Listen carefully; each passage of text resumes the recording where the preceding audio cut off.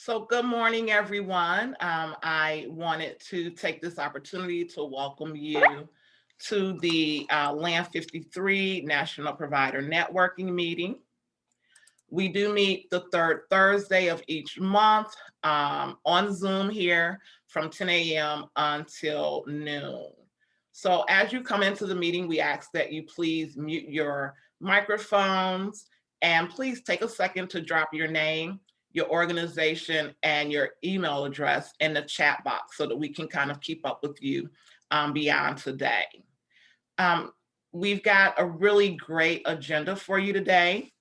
We will have with us presenting Dr. Mark Van Ryzin from the University of Oregon.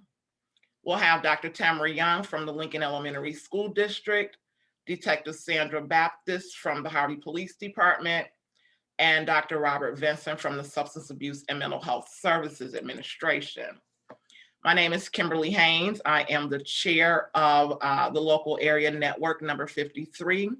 I serve in this role sort of in a dual positions, both as a mental health advocate and as a staff member with the Lions Clubs International Foundation, where I am part of our program development and evaluation team for our evidence-based program called Lions Quest.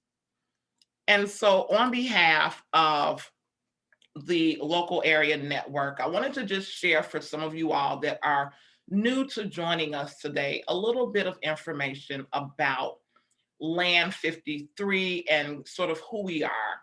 So in 1995, through the BH consent decree, the Illinois Department of Children and Family Services established a division of family and community services throughout the state of Illinois. And about 1995, there were a total of 62 lands that were created throughout the state of Illinois, both organized to service the unique strengths and needs of the communities. Our land is number 53, and our service region is considered the South Cook County region, where we cover four of some of the largest townships in Illinois, which is Bloom, Bremen, Rich, and Thornton townships. So the goal of the land was to create this system of care structure that allow community-based providers to support not only children in care, but also community children who were at risk to come into care. And specifically, the consent decree focused on access to mental health services and educational support services. Through 2011, Land 53 was actually funded by the Department of Children and Family Services, the Illinois State Board of Education, and the Illinois Department of Human Services. And our land focused on truancy, suspension, and expulsion, and we offered wraparound services and a host of other family-centered services to work with in partnership with schools to identify families that needed this level of support. Now, with funding, the land was really able to support grassroots nonprofit organizations and some of the smaller agencies to really deliver a diverse range of strength-based services for youth and families. I personally joined LAND back in 2005 as a parent advocate.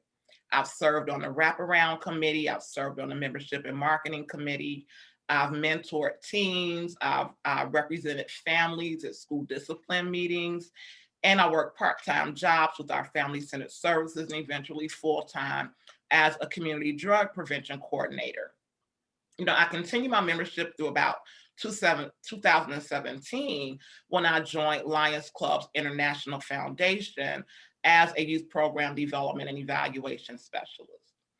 I think what's important to note is that the funding that we had back then really allowed for Land 53 to be effective in providing a diverse set of services that really met the unique strengths and needs of the families in our communities.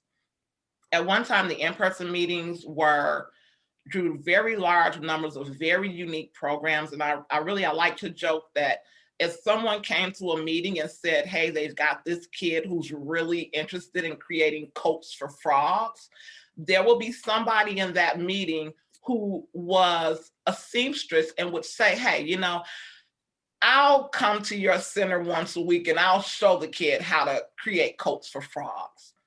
And I think, you know, we had something that was really good and really powerful.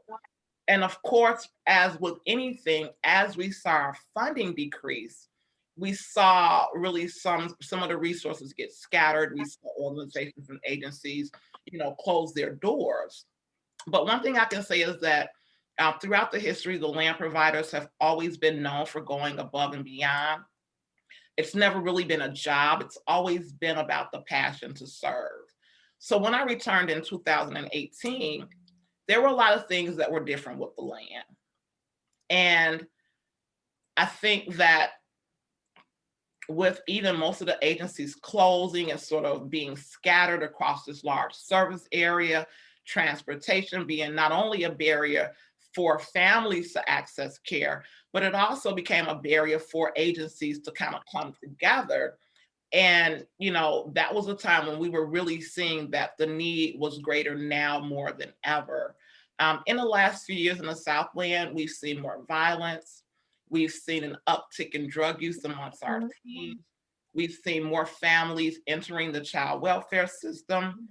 And we've seen, you know, the struggles firsthand, not only from the community side, but even our struggles as agencies. Now, the bright light in that is that although DCFS is no longer funding us, we were able to work with them through a relationship that they have with the University of Illinois at Chicago and the Jane Addams School of Social Work, where we're working with a researcher and an intern really to build capacity for the land and to really support some of our efforts around program development and capacity building. And so we've been able to kind of leverage that support through additional funds that have been accessed through Lions Clubs International Foundation and in support of expanding evidence-based social and emotional learning throughout the region. We've been able to partner with Lions Clubs International, which is the volunteer arm of our foundation, where we have more than 1.4 million volunteers. And we've also brought in the Novo Foundation, who is a large supporter of innovation in the field of social and emotional learning. And so working with School District 1 and of Elsie, can you mute everyone on the meeting for me? Thank you. And so even working with School District 156, who you'll hear from today, and some of the community agencies that we've been able to manage and keep a hold of, you know, we really wanted to allocate an investment to improving access to these quality youth programs, both in school and in the community. And what we understood from a humanitarian perspective is that it wasn't just about putting books in hands or seeding programs. We really wanted to invest in the leadership, in local leadership. And we wanted to invest in an infrastructure for service delivery. And we wanted to bring in resources and programs that promote parents and caregivers as skilled advocates for their families. And we're looking to invest in community-based organizations that provide some of these mental health adjacent programs, such as mentoring and educational support programs and youth leadership programs. So with the support of District 156 and the leadership of Dr. Young and Detective Baptist from the Harvey Police Department, we started the first phase of the project under the banner of South Suburban Youth and Family Leadership. And our first phase was socially distanced, virtually connected, which was a series of online gatherings and activities and education around supporting mental health and drug abuse awareness. And with the support of the University of Illinois, we were able to work with one of the National Lions Clubs, which is the Knights of Prevention and Education, to train more than 100 adults to run virtual online mentoring programs and virtual youth groups called cyber chats. And you'll hear a little bit more about that today. And out of those mentors that we trained, we've actually been tracking 5 of those youth groups that have been established throughout the US.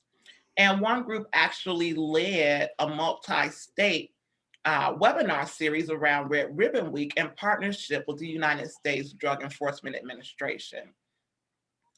These webinars were all youth designed. You'll hear Detective Baptist talk a little bit more about how Harvey Police Department is looking to incorporate that in their efforts to seed restorative justice and truancy programming. We've worked with Sertoma Center, which is an agency within our land. They joined the efforts and they started offering their mental health first aid and suicide prevention training online. And collaboratively with the Land 53 and with Lions Clubs, we've registered more than 162 people to take that certification or that suicide prevention. And the certification is a full day. But I think one of the things that we saw was that even though we were kind of driven from our connections here in Illinois, once we started offering these opportunities virtually, we, through the mental health and through the webinars around Red Ribbon Week, we were able to expand our footprint. We were seeing registrations come in from Texas, from New Jersey, from Mississippi, New York. We've gotten people to join these conversations from as far as Nepal and Nigeria. So the idea that serving in this virtual landscape, of course, I think for most people at the beginning, it was something to be reckoned with. But I think for our communities, the opportunity that we're taking today to not only bring in guest speakers who are local to our communities, who are experts in our communities, but to now start to have the opportunity to expand these conversations, to have guests such as Dr. Robert Vincent, who's coming in from SAMHSA to join us. And we will continue to have a space on our agenda to invite other practitioners and experts in the field to join us on our monthly meetings. The other thing that we are investing in is the creation of an assessment work group. And with the support of our national partners like Lions Clubs International, the Novo Foundation, the DEA, and I'm going to ask Dr. Vincent and his team at SAMHSA to consider joining our efforts as well. I think we're really in a great position to sort of start bringing these resources back into our communities. So our next phase will focus on reconnecting our local stakeholders, such as our parents, our youth, our local agencies and organizations.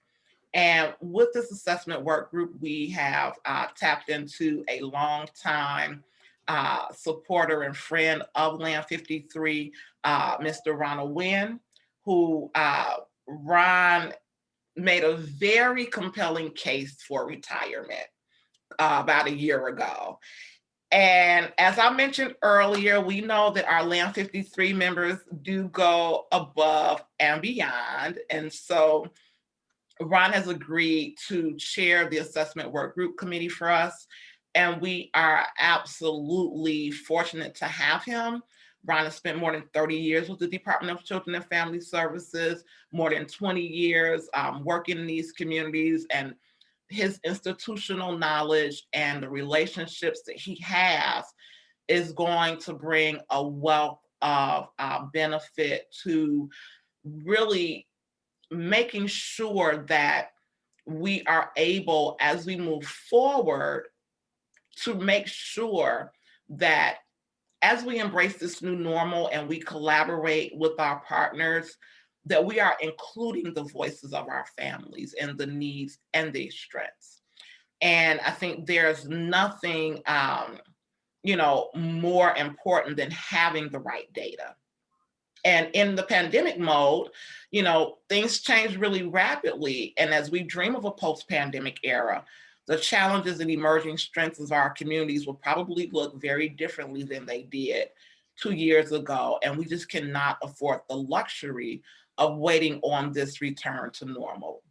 So we will also be joined in the assessment work group by another long-term supporter of Land 53, which is Ms. Suzette Loggins, who is a mental health consultant with extensive knowledge of the behavioral healthcare system and the court system and the resources that are available throughout our state that address some of the mental health and behavioral health concerns that we're seeing emerging as we sort of unwrap what levels of trauma that our youth and families have experienced as a result of the pandemic. Ms. Kelsey Barnick from UIC will also serve as our assessment work group coordinator, kind of helping the team to create a template for strength-based community assessments that can be shared throughout the state and beyond. We are going to be starting with a small cohort of communities to just make sure that what we're doing is scalable and reasonable. And those communities are going to be Dalton, Riverdale, Calumet City, and Harvey for this year. And we're hoping to expand into surrounding communities over the next 2 years. So I just kind of want to make sure that we kind of give everybody a quick overview of the work of the land and some of the things that we're doing to service our families and youth. And if you are interested in becoming more involved as a member or a stakeholder, you will hear from Kelsey towards the end of the meeting. She'll be making announcements and sharing some links where you can make your interests known. And we would definitely welcome to have you as part of our planning team. We've also created a shared drive so that you will be able to access PDF versions of these announcements and program descriptions at your leisure. And I would ask that, if you have any questions, I would ask that you please drop those in the chat box. And I do want to kind of move forward to make sure that we are giving our guest speakers time to adequate time to share what they have to share with you this morning. And I want to just thank you again for joining us. We do this once a month, the third Thursday of the month at 10 a.m. And we are looking for guest speakers to join us. So please consider joining us. Share the information with Kelsey. And at the end, when the announcements are made, there'll be some formal opportunities for you to submit your information, as well as additional announcements to be shared with the network at our meetings and throughout the month.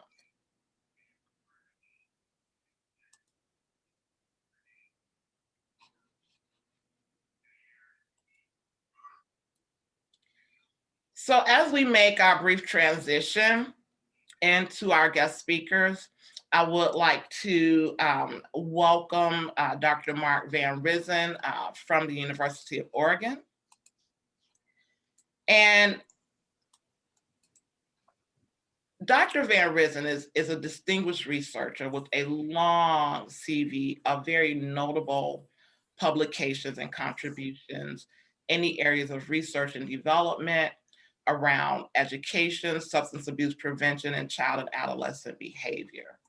I'm very fortunate to have worked with him. He was very supportive when we were developing the cyber chats with UIC and working that out really in the throes of the pandemic. And we're also working on some research and development around the Lions Plus program.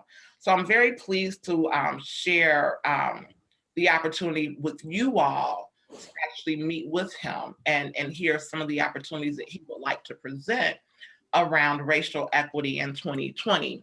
Dr. Van Ryzin is actually an instructor with the University of Oregon College of Education and a research scientist with the Oregon Research Institute in Eugene, Oregon. So I would like to ask Dr. Van Ryzin to please unmute yourself. And if you want to take the stage, let me know if you need to share any slides, and I can provide you with those hosting capabilities. No slides. I just, I want to comply with the request to just keep it to a few minutes. Thank you so much. I'll go really quickly. As Kim said, I'm at University of Oregon. I'm a researcher focusing on issues of racial equity. And I'm putting together a team that is responding to a solicitation by something called the W.K. Kellogg Foundation. And they have a program announcement that they're calling Racial Equity 2030. And you can certainly Google that, or just go to racialequity2030.org, I think it is, and view their program. It's a substantial program. They want to incentivize a range of research efforts to bring racial equity to communities. And in fact, they're not even limiting it to the United States. It's all over the world. The team that I'm assembling is focused on equity for youth of color in a number of communities in the United States. And we are looking to move into communities for a couple of years at a time and bring a concerted effort in the form of a number of different programs. Basically, there's going to be 3 programs that we would bring if we are to win this award. And one of them would be, 2 of them would actually be school focused. One focused on professional development for educators, for K-12 educators, to give them an opportunity to learn more about bias and their own biases and prejudices and create an anti-racist classroom. A second piece would be some technology support for evidence-based small group instruction, which has already been demonstrated to reduce disparities and create equity in classrooms.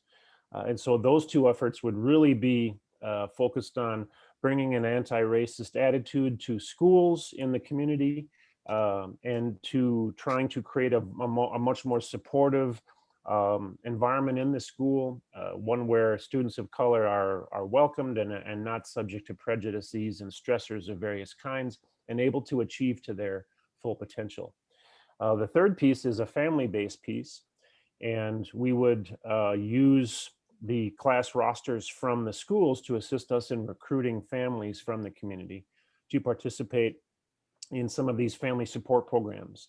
And those programs, again, just like everything else we're doing, is highly evidence-based, a lot of good research behind it, demonstrating that it can lead to, these kinds of programs can lead to increases in family communication and family support, and in particular, the ability of the family to feel connected with the school.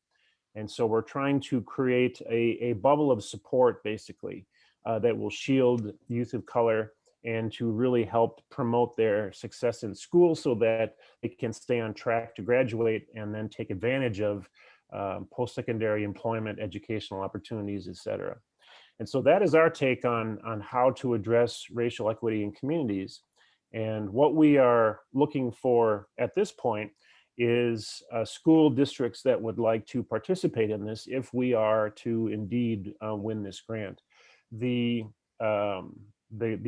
first year, starting in the fall of 2021, would be planning.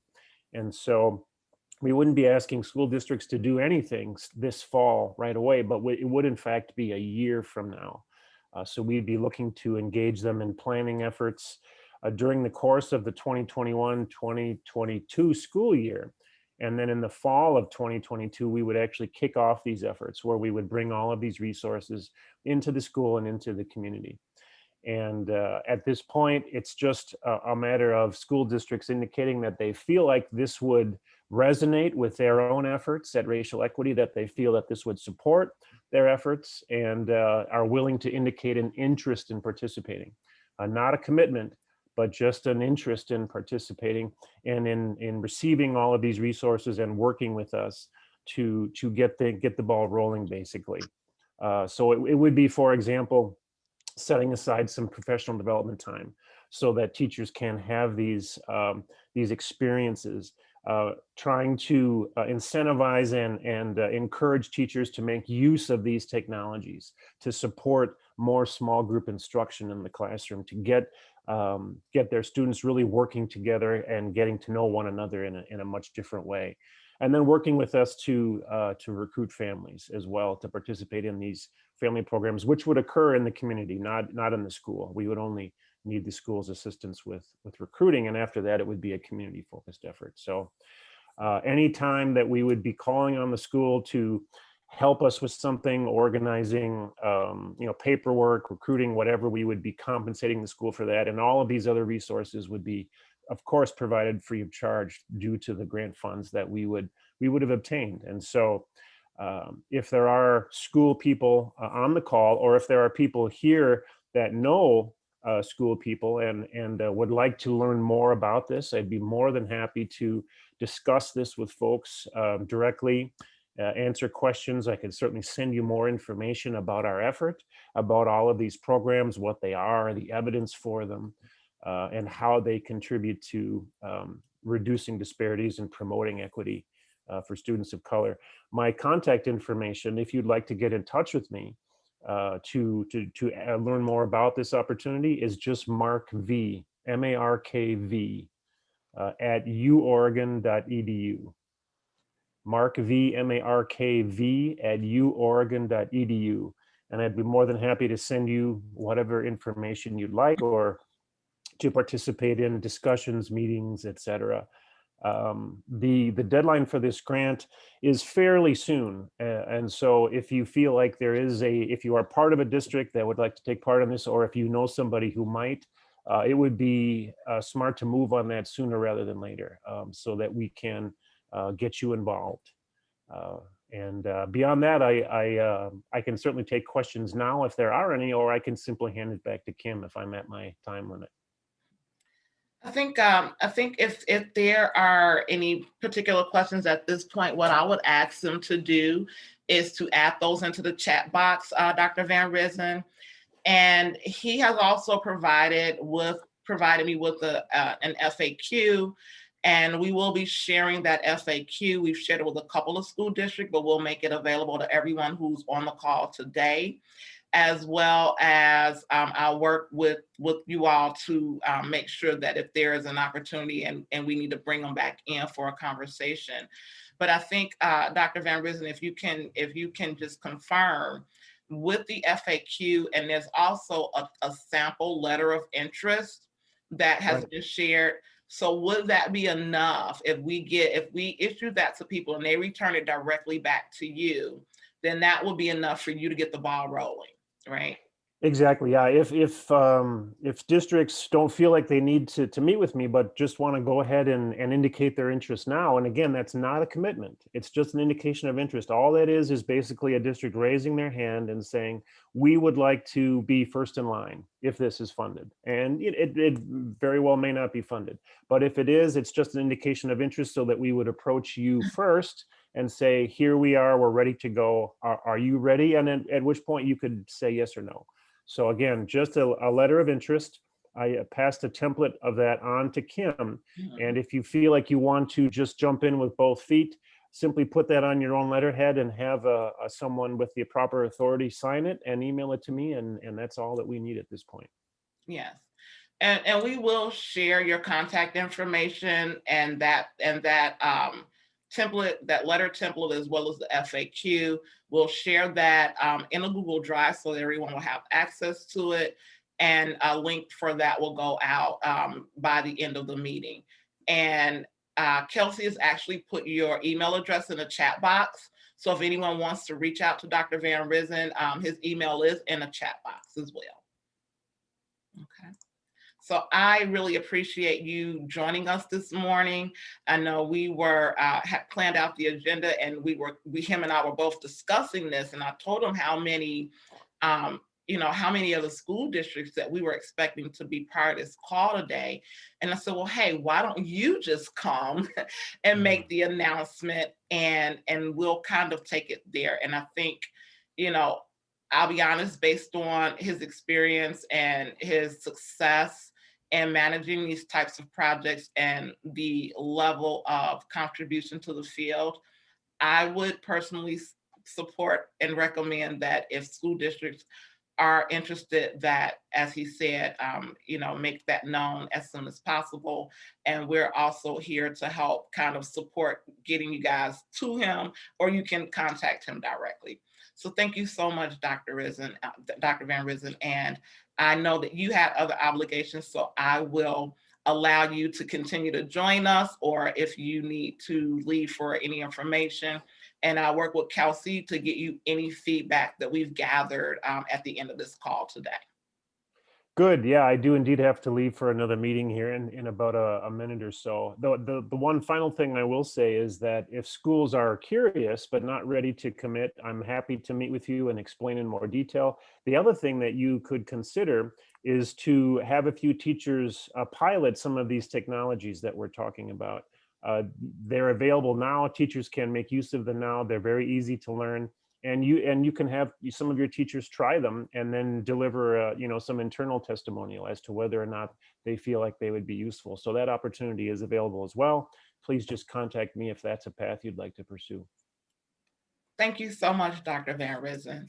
Thank you so much for having me. No, I appreciate you being with us this morning, and I'll actually see you this afternoon for our next meeting. Yep. All right. Yep. We're all spending our lives on Zoom, aren't we? Absolutely. Absolutely. So I appreciate you. And like I said, if you guys have questions for him, we'll make sure those are forwarded to him. And of course, he's available for that individual follow-up. So thank you so much. Absolutely. Yeah. Thanks again. Take care, everybody. No worries. And so I think, these are some of the examples of, I think, really what has come as a result of, I used to work for the Ministers Conference of South Cook County, and a whole bunch of very mature pastors that really dropped some gems. And one that I remember most is a quote by Dr. G.H. Bruton, who said, "Kim, sometimes you have to take advantage of the disadvantage." So while we came into COVID, really kind of stumbling and figuring it out, I think what we're starting to see happen is that we are breaking down barriers, and we are transcending boundaries, and we're bringing the type of attention to the Southland that wants to support us in our efforts to bring resources to our families. So thank you, Dr. Van Ryzin, for joining us this morning. Next on our agenda, we are going to hear from Dr. Tamara Young. Dr. Young is a member of Land 53.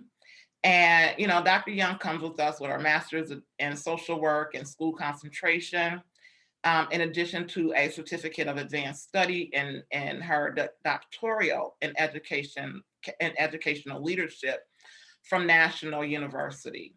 So Dr. Young currently holds the position. She is the Director of Special Education at Lincoln Elementary School District number 156 here in the Southland, Calumet City. Dr. Young served as the Director of Pupil Personnel and Special Education Services at Fort Heights School District 169 for 7 years. And her educational experience has allowed her to really be an advocate for students over the past 18 years.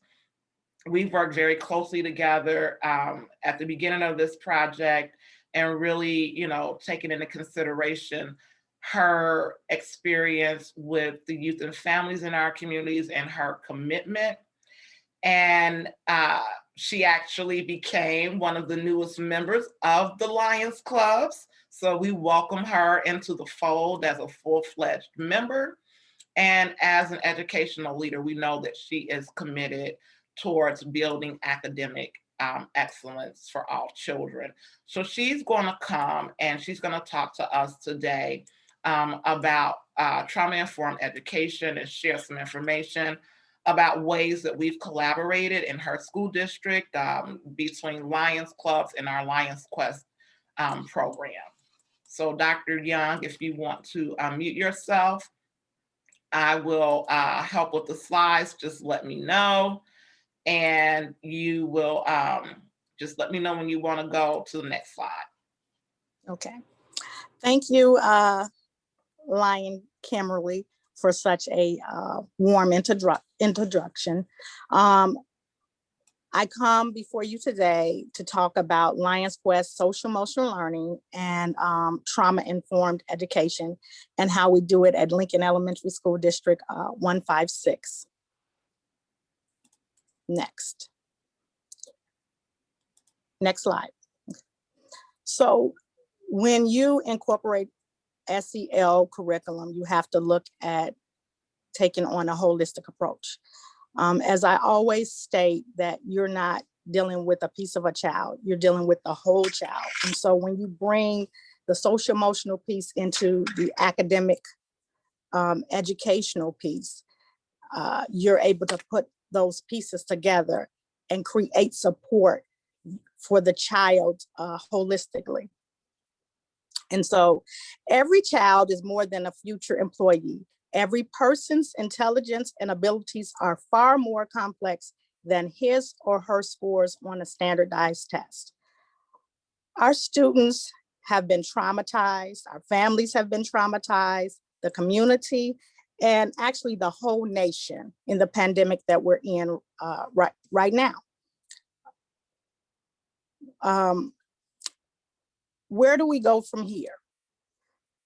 We have to recognize and identify that we're still in a traumatic state.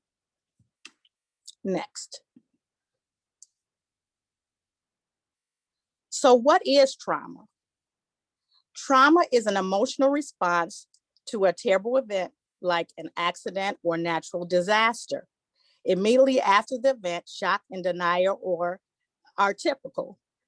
Longer term reactions include unpredictable emotions, flashbacks, strains, relationships, and physical symptoms such as vomiting and headaches and passing out, i.e.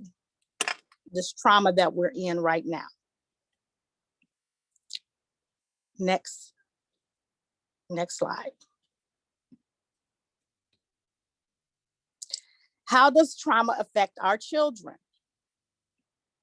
Children who are suffering from trauma are exposed to adverse childhood experiences, which we call ACEs, often present with a variety of issues that disrupt their learning and hamper their ability to develop the skills necessary for social and emotional development. So, what are ACEs?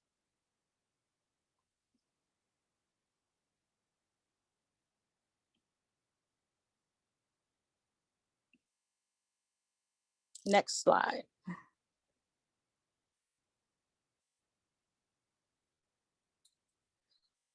So ACEs are adverse childhood experiences. You have two types. You have personal and relational. Physical abuse, verbal abuse, sexual abuse, physical neglect, emotional neglect.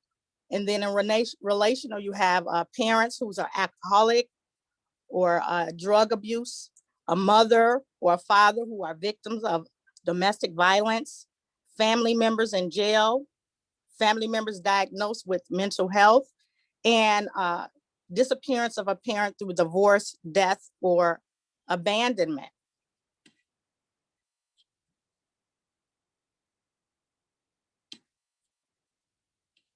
Next.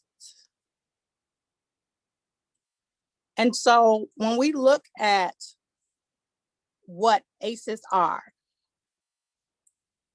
we have to look at the baseline where ACEs is. You see at the bottom of the pyramid, you have adverse childhood experiences. And what effects does it have on the human body? You have it disrupts neural development, which is your executive functioning. It also impacts your social, emotional, and cognitive impairment, how you interact with others, your emotions. Then some people adopt health risk behaviors like drug abuse, alcoholism. And then it also turns into certain diseases like high blood pressure, diabetes. And these are some of the things that eventually turn to death. So I want you to focus on executive functioning, because this is what we mostly see in the educational environment. Next. So when you look at executive functioning, you're looking at how the brain develops. And when you have students who are faced with trauma, their brain does not develop in a way that it should normally develop. It becomes undeveloped. And so it affects your executive functioning, which is your reasoning and your problem solving, being able to function inside a classroom. When we look at students who are in a classroom who we think are misbehaving and not listening, a lot of times they have been faced with trauma and they are not able to control themselves. And so when we understand that their executive functions have been affected by the trauma that they have endured, then we're better able to understand our children and support them in those areas instead of penalizing them because we think that they're doing it on purpose. So we have to understand that children are not born this way. They are subjected to underdevelopment of the brain from exposure to trauma. We must be informed. We must know these things in an effort to understand and support our students who have been through this trauma. At this point, pretty much most of our students have been affected by trauma, i.e. the state that we're in with this pandemic. So how do we respond to this health crisis that has been caused by trauma? Next. So we provide children with practices of pro-social behavior. We become proactive. We look at this pyramid starts off with positive relationships. Studies have shown when children have positive relationships with adults, they do better in social environments and in their academic performance.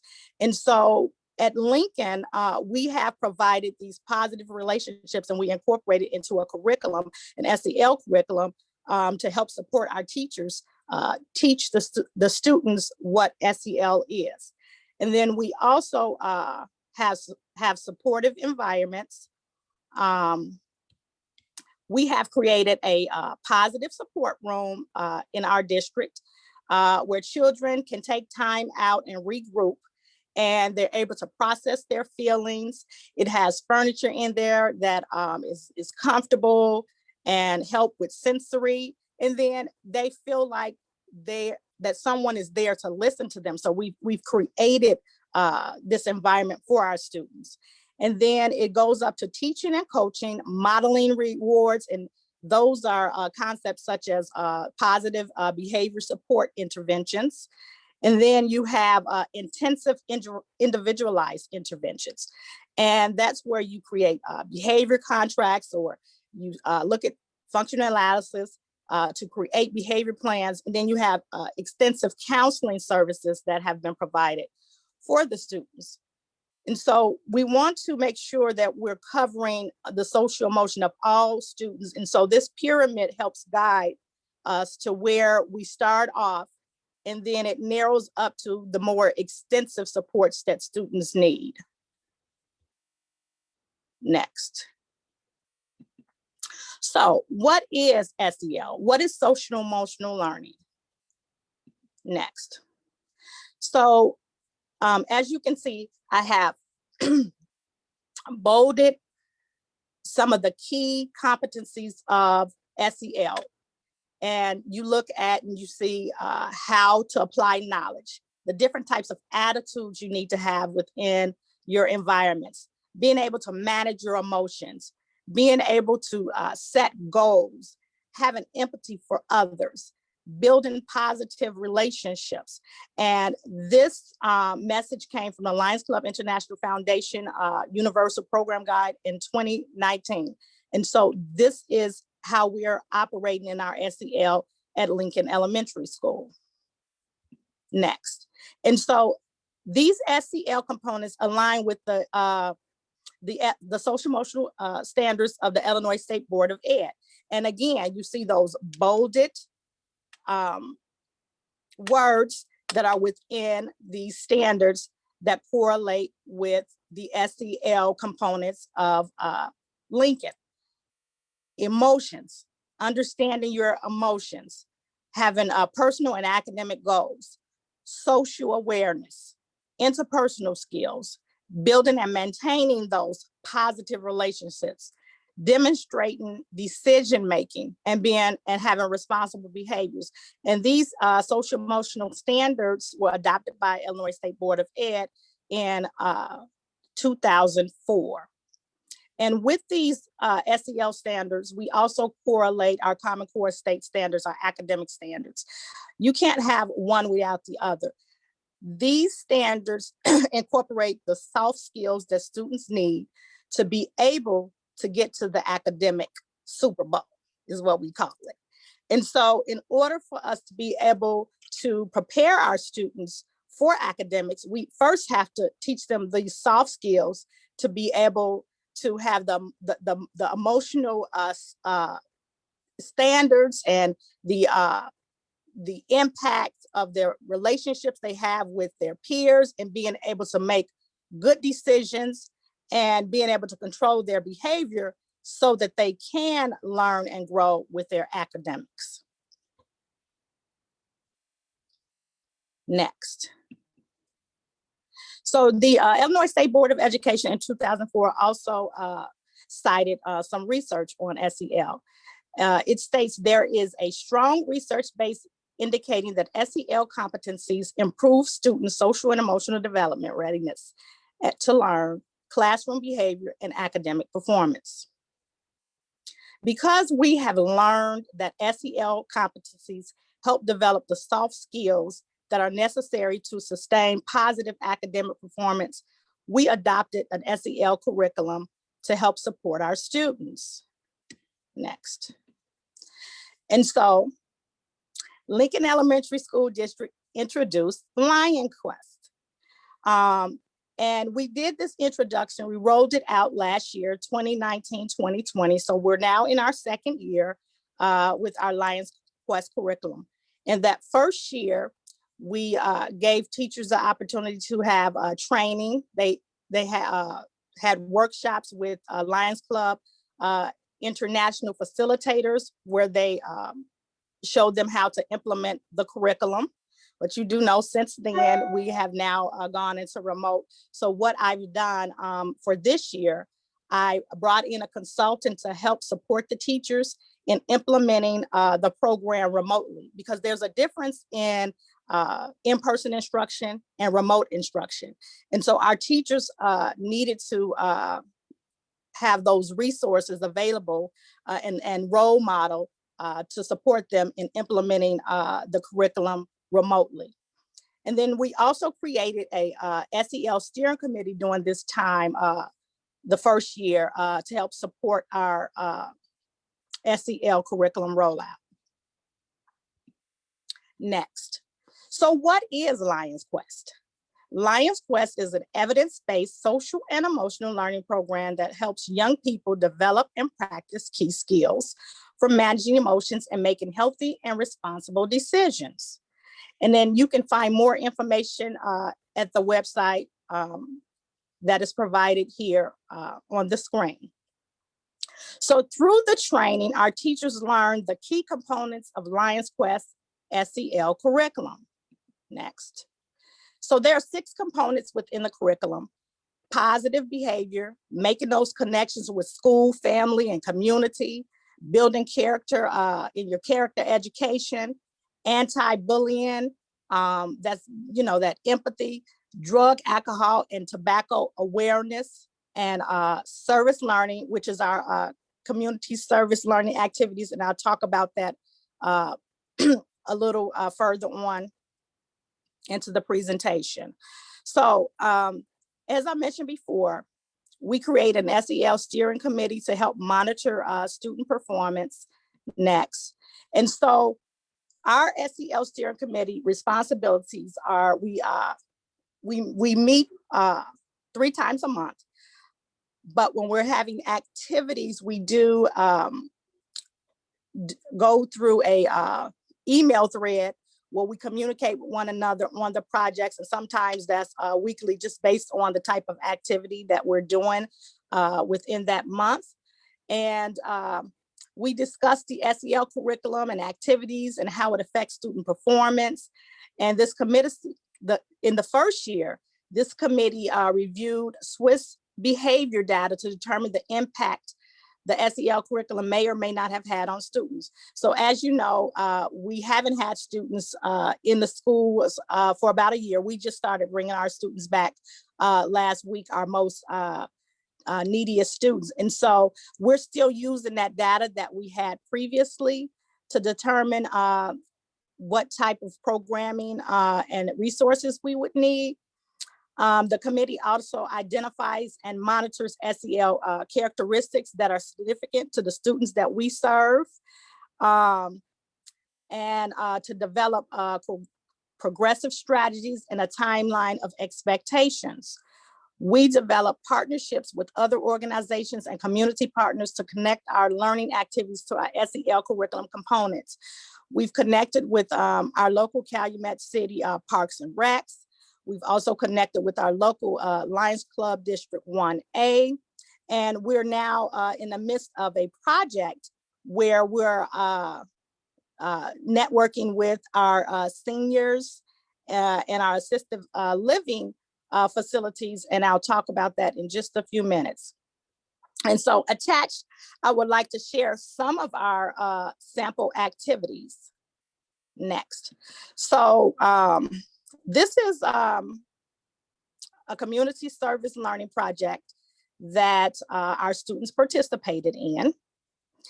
And then you can see the first one on the left is a primary student completed this, and the one on the right is our middle school.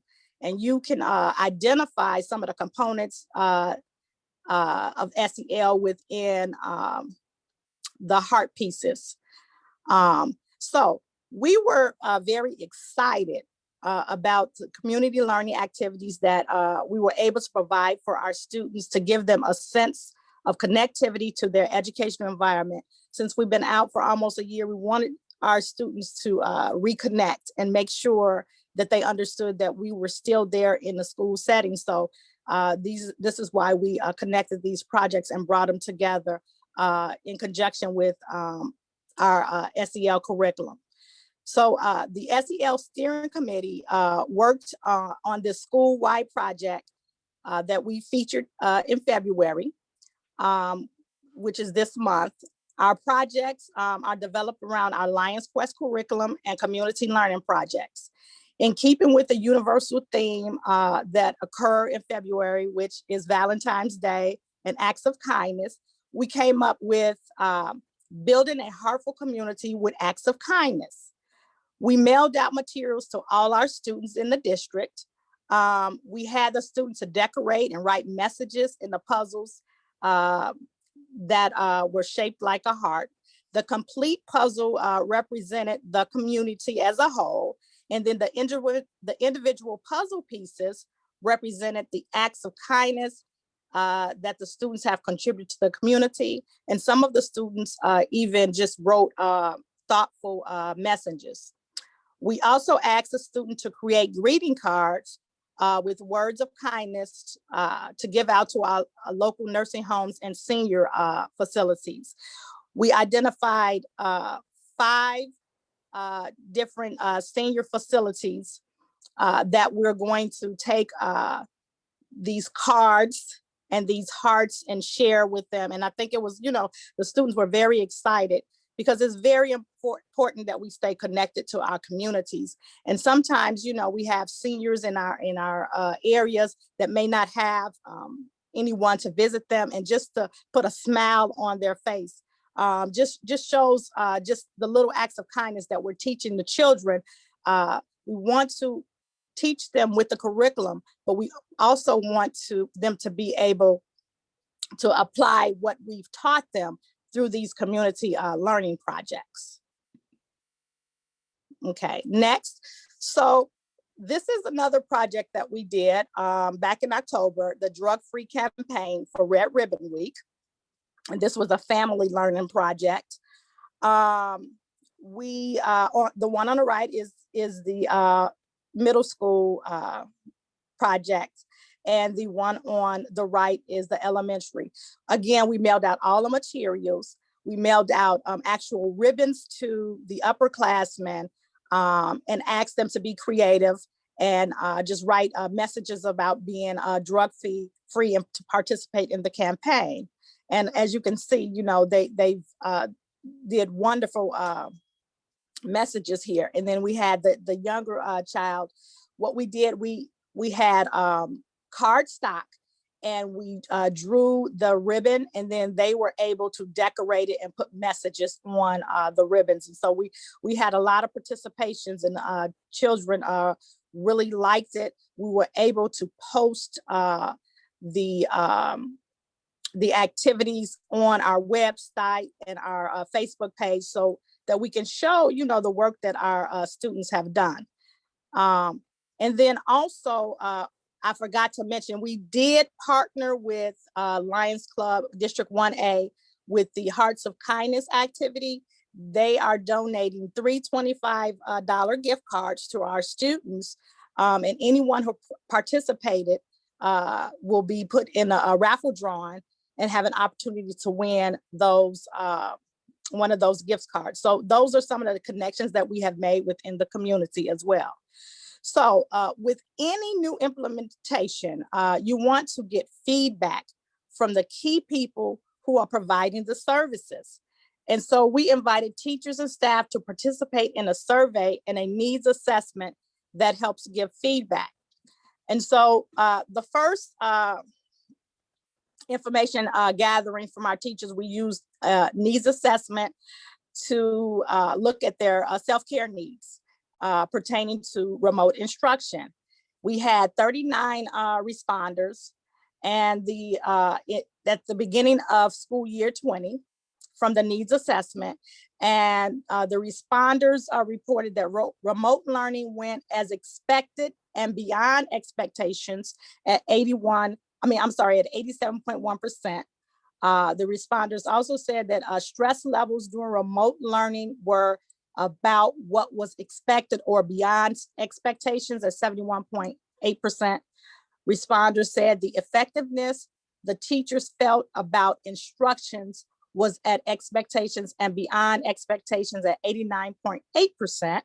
The responders also said the support that was received from the school and administration during remote was at expected and beyond expectation, 79%. And responders said that they've started or established habits and routines for self-care practices at 77%. Next. And so the next information gathering was a survey. We just did it this month. And we anticipate doing one more at the end of the year so that we can look at the data and correlate the information to provide more professional development for our teachers and any resources that they may need in the future. We had 38 responders in this mid-year survey. The responders indicated that support of teachers' growth was average to above average at 94.5%. The responders' value of SEL professional development opportunities was at average to above average at 94.5%. The responders said the SEL curriculum helped teachers to explore new ideas was average to above average at 91.6%. Responders said the SEL professional development relevance to their content area that they taught was average to above average at 94.5%.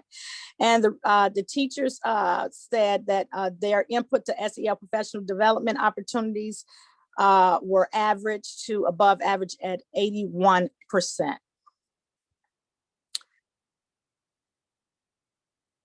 Next. So I'm sorry, what are the benefits of implementing Lions Quest curriculum? So when we look at the benefits at Lincoln Elementary School, it helps us to build a brand that creates an academic legacy. When people see Lincoln Elementary School, we want them to see that we are an holistic school district, that we incorporate SEL, social emotional learning, into our academic performance standards, and that we understand that we are looking at the whole child and not just a piece of a child. It also helps create an atmosphere that exposes students to soft skills that are necessary to become productive members of society. It helps build relationships to connect the schools, family, and community and bring us all together as one. And it helped our teachers to develop a holistic perspective that connects social emotional learning with academic performance. And so this is how we at Lincoln Elementary School have incorporated SEL and have become trauma informed. And every day we're learning more and we're providing professional development. And we just give our students more opportunities to grow and learn when we look at them as a whole child and not just in the academic sense. Thank you. Thank you so much, Dr. Young. And I think that for us, we're really excited as a foundation to support these types of efforts, ways that we can support a school district like 156 to kind of take the curriculum and expand it so that the benefits are transcending beyond just the students, but also building that bridge for the student connections to the community and also building the capacity of those teachers.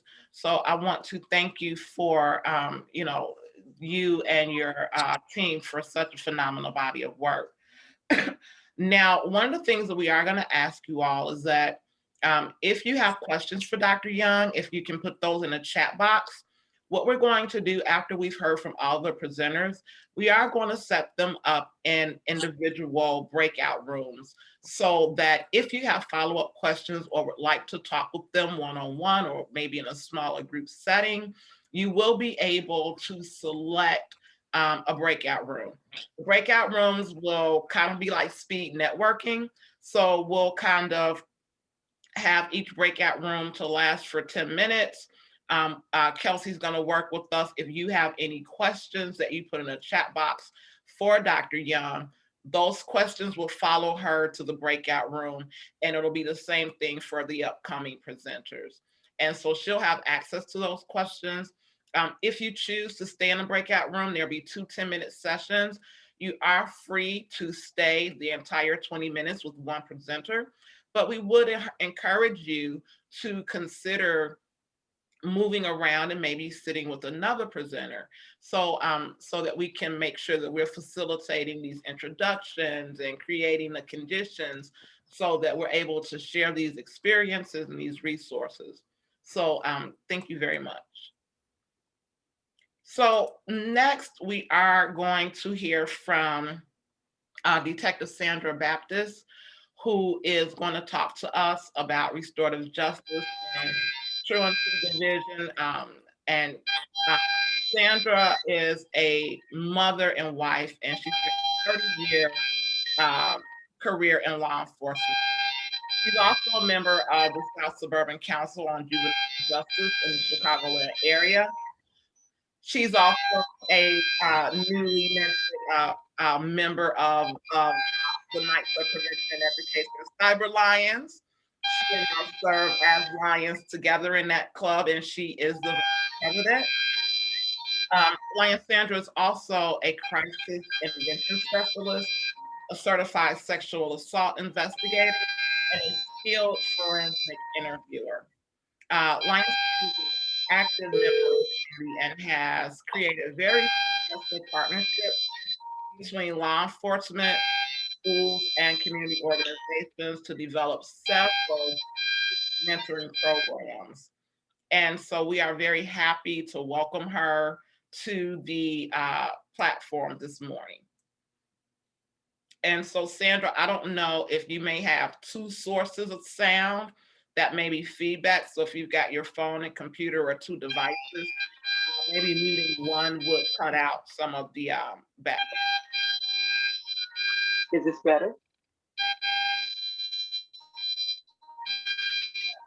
No. Is that no? Now is it better? Hello? There's it kind of sounds like somebody's in the background playing a harmonica. How about now?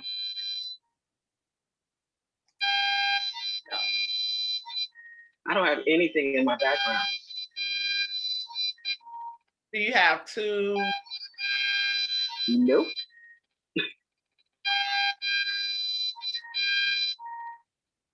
Wow. How about now? I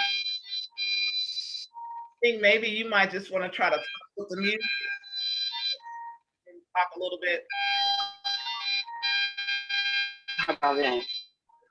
down if you guys are able, despite all the audio challenges.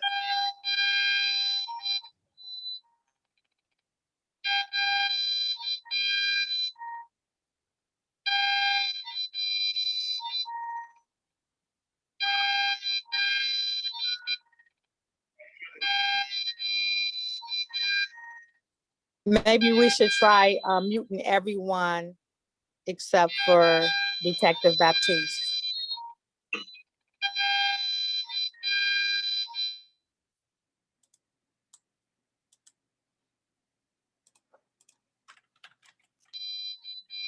How about now? Can you hear now? So I'm wondering.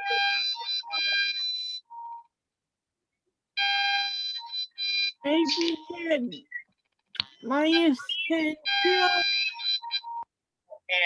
let's go ahead and Better? Is this better? much better. Yeah.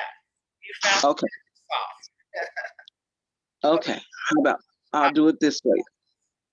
So you can know when you your slide and have You can go ahead and start the slide.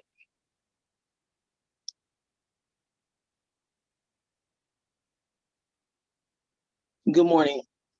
I'm so happy to be with you guys, and we're going to talk about restorative justice and the truancy part. Next slide. Here at the Harvey Police Department, we've joined with the District 152, the Director of Security, and the Cook County Sheriffs in an effort to curtail the truancy in our district. The ideal is to get the children into the classroom through this new setting of virtual learning and in-person learning, but holding all parties responsible for doing their parts. So how does that work? First, it starts with school outreach. The school has a responsibility to try to get the kids who are truant, back into the schools. So our school district, our security director, Mr. Woodson, goes out with his team and he tries to contact the parents, reach the students. They make phone calls, they make notations, they do everything possible to get the kids to come back to school, and they try to notify the parents that the kids are truant. They try to notify them about, if they having a problem with signing on. They do everything they can possible before they go to the Cook County Sheriff's Department's truancy unit for outreach. Once they've exhausted all their resources, they then go to the Cook County Sheriff's. The Cook County Sheriff has an outreach program that takes those names and information that the school has made several attempts on, and they then go out, knock on doors, try to contact the parents, find out if there was anything wrong or if there's anything they need to help with getting the kids back into the school. That includes health, medical. They reach out with the public safety programs as well. Next thing they do is they make the parent notifications. Once they notify the parent, the school gets the information that the parent has been notified, but yet if the truancy continues, the parents then get a notification that they're going to be cited, and they're going to be issued citations, and there may be court appearances. They're getting told this in the beginning, before the citations are issued. They get about 10 or 15, they still get time. I want to say a few days, but the truancy is continuing. We go to number 4. We issue, the list will then come to me. And in my police department, and I'm over the juvenile division. So once I get the list, I'll go through the names. I get the mother's names, the phone numbers, or the parents' names and the phone numbers, and the demographics on the parents. I at least make one attempt to call every parent on the list to see if I can get a response before I issue the citation. If I get no response, I then write a citation for a court appearance. Once I write the citation for the court appearance, it cites on there that they're going to be attending not the regular court for the criminal proceedings. They're going to our local court. We have a local court that meets here once a month. Those parents are directed to the local court, and there, once they get to the local court, there's a needs assessment done. And in that place, we try to find out, when they're telling the judge, there's a young lady that's there, our community policing coordinator. She's listening to their citations, and I also give her a list of who's coming. And Mr. Woodson is also there so that the school can also hear the needs of the parents. So we're listening for the needs to see if we can assist the kids, assist the parents before it becomes a criminal act. And then there is, once the assessments are listened to, the needs assessments are addressed, if we can, then we give them an opportunity to do something. The adjudicator in the court can make a recommendation as far as intervention, fines, or diversion. Intervention, send them back to the school.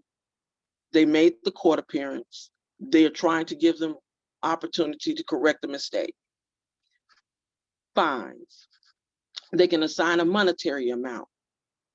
Fines can start from $75 as far as $250. Diversions. Our diversions have come out, as you heard from Dr. Young, with the Lions Quest social emotional learning scheme.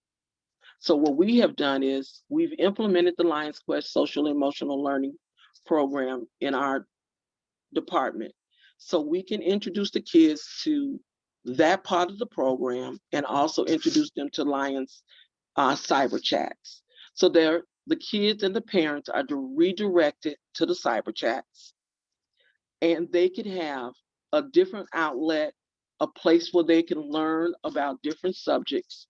So the parents are not getting any money taken from them. And we also have something, and we're trying to implement parent cafes so that we can better address the needs of the parents, because it may be just us not addressing what they need as well. And it still keeps them out of the court system. Last but not least, say all of that fails.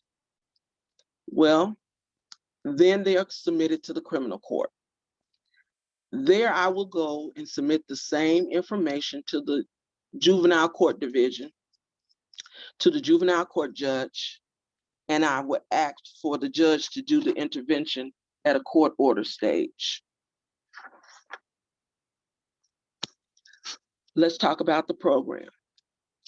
The program for the kids is an 8-week small comprehensive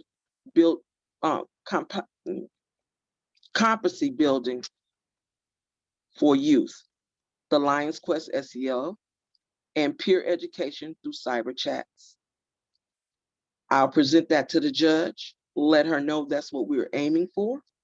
I'll also present parent advocacy, parent cafes, and promote the lands so that the judge can redirect the parents, give them another opportunity for the correction, and for us not to have any penalties assigned to them criminally.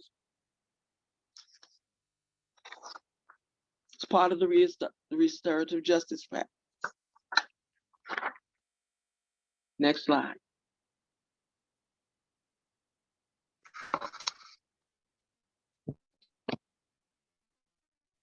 Our end goal.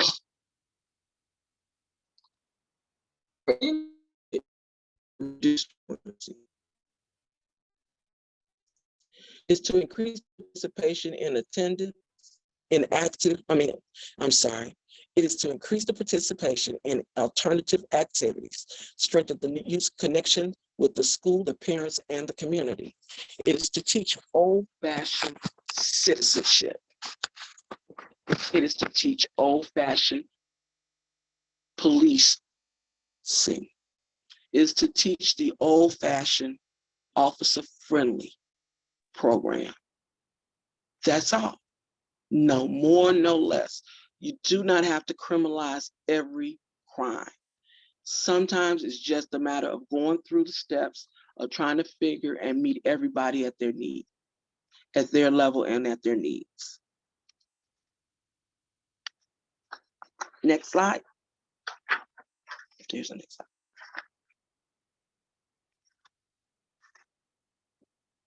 Are there any questions?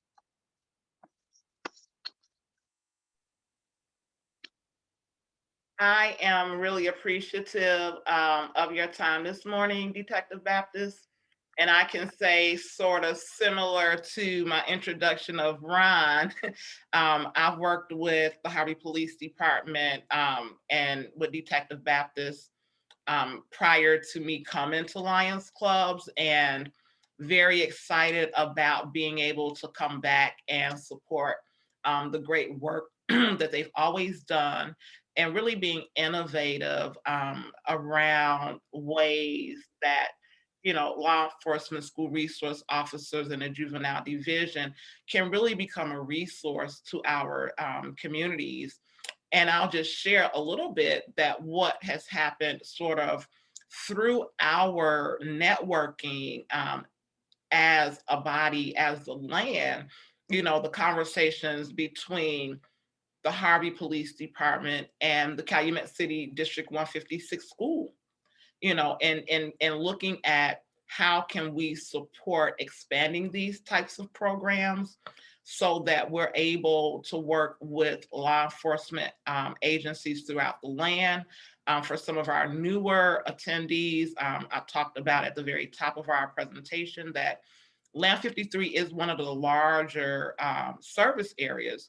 And so one of the things that we're trying to do is really help our you know, local leaders such as Detective Baptist and Dr. Young around the area of creating a model so that other schools and other law enforcement organizations can replicate these programs. And I think that is going to be one way that we're able to strengthen the land, strengthen our families, and to really build the capacity of the land to where we have, we return back to sort of our heyday, where we were a wealth of resources and very unique programs that we could offer to the Department of Children and Family Services, as well as to our local school districts.